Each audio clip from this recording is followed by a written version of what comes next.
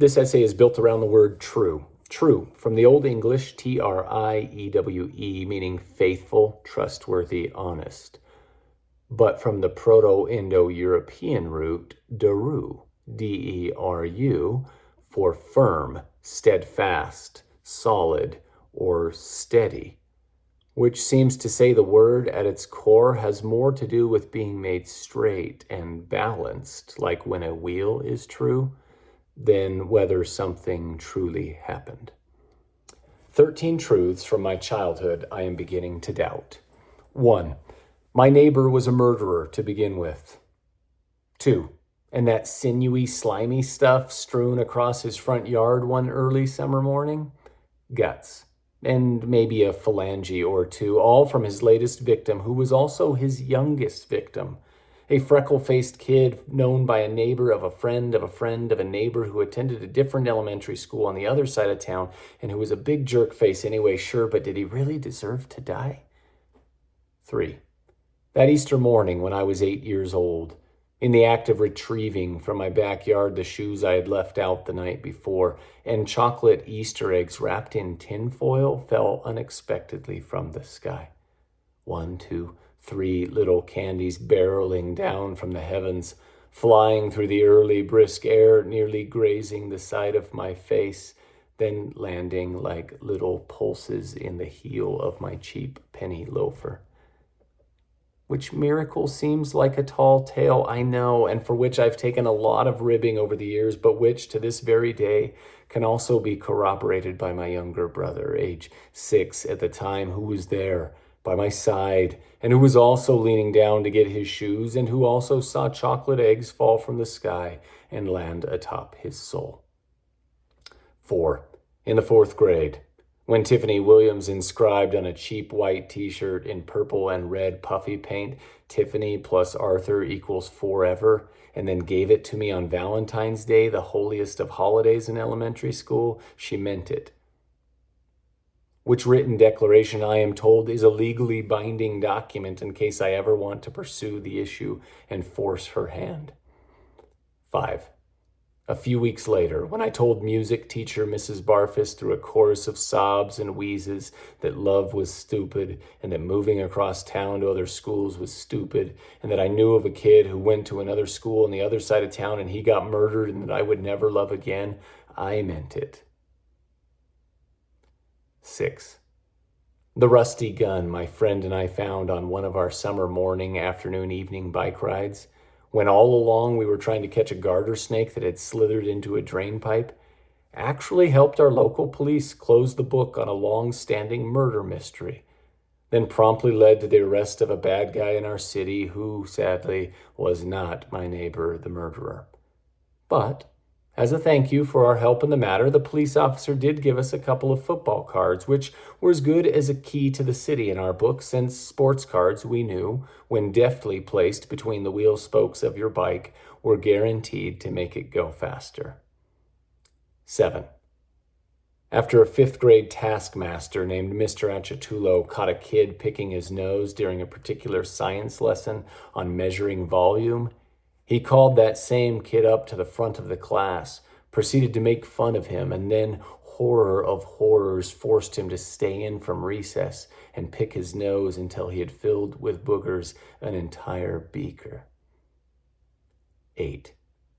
If you went into the school bathroom during school recess and turned off all the lights and then stood in front of the mirror and turned around and around and around while repeating 6 times the words Bloody Mary, you would see in place of your reflection the red glowing face of Mary I of England, and she would begin moaning and howling and babbling unintelligible things, which would scare the you-know-what out of you, which is perhaps why this little charade was done in the bathroom to begin with.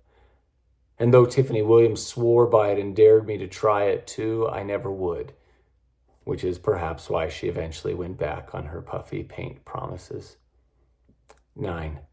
My infamous neighbor, who also scared the you-know-what out of us and who continued his murderous ways and whose dogs continued to drag from his trash can the remains of his victims, then spread them all over the yard, once turned his sights on me, literally, with a BB gun, or maybe it was a .30-06, but he shot at me. I heard the gunfire. I saw the fragments of fence splinter into the air, and then my neighbor as he turned back menacingly into his house with the rifle against his arm, when all I was doing was innocently jumping on the trampoline in my backyard, and hardly making any noise at all, and certainly not yelling at the top of my lungs things like, "My neighbor is a murderer," and "He barbecues his victims," and "I have a friend who is a cop, and if a gun is worth 2 football cards, turning in a murderer should be worth a whole pack," which pack would certainly have lasted our bikes the whole of summer.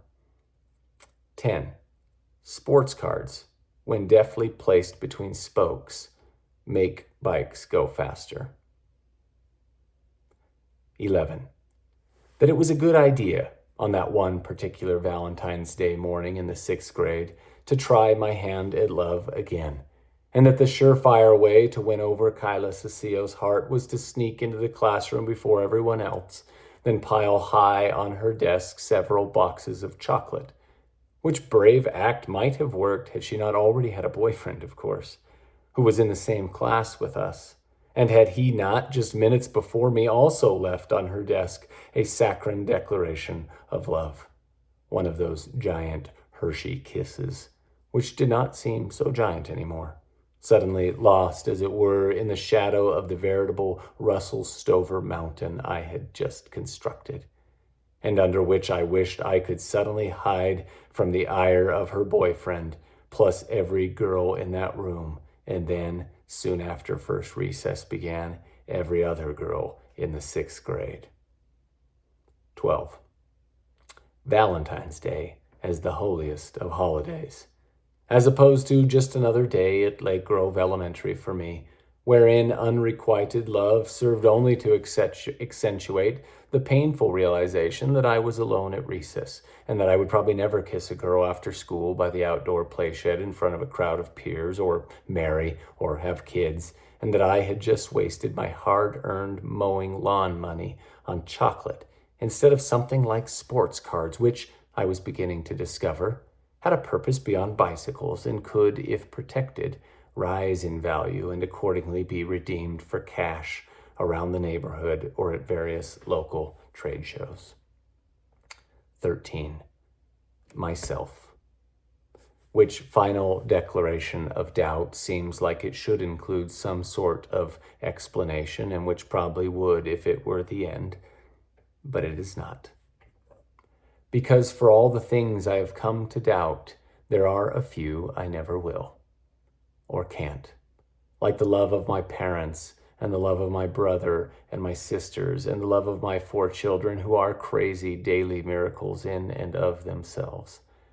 And the realization that there are better holy days than Valentine's Day, like Christmas and Easter, which are really about love, no matter who you are with or who you are not with, because the man we celebrate loved us first, and because he was the pinnacle of love, and because perhaps he was also the pinnacle of loneliness, and doubted himself too at times, like when he was put in time out and asked to fill more than a beaker, but with his blood. Which doubt and loneliness is okay and not uncommon, and which is why, above all, he asked us to love one another, knowing deep down inside what it feels like to go through life, let alone recess or the 6th grade, without it.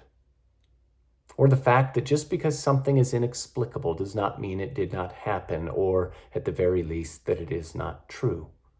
Which word true I use here in the vein of truing a wheel, that act of tightening the spokes because they loosen over time, maybe on account of too many sports cards, in order to make straight the wheel and thus bring the bike as a whole into greater balance and efficiency for the coasts and climbs to follow. Which seems to say truth at its core is more about altruism than truism, meaning if we are to measure it at all, maybe it is best measured not in a beaker, but by the intrinsic value it offers for our lives beyond being right or being in error. Take, for instance, again those chocolate Easter eggs in my bedewed childhood loafer. Even if that miraculous occurrence could be explained, and it was, orchestrated by loving parents hiding in the kitchen, peeking out at our backs through a slight opening in the curtains, smiling at the joy of it all. And even if it was made more miraculous by two young boys' wild, burgeoning imaginations, it doesn't really change the fact that on that morning of mornings, to our absolute astonishment and amazement, we found in our shoes where there had previously been nothing, something. Candy Easter eggs of all things. And they were, in our wonder-filled eyes, a miracle, which miracle and wonder has since sustained and inspired us over the years, I am sure, in unimaginable ways. And could there be a more appropriate day for that sort of crazy thing to happen on than Easter morning, when miracle of miracles, Jesus, whose story is one of the craziest, most unbelievable but true love stories of all time, took up his final resting place and then came back to life after one of the greatest trades of all time?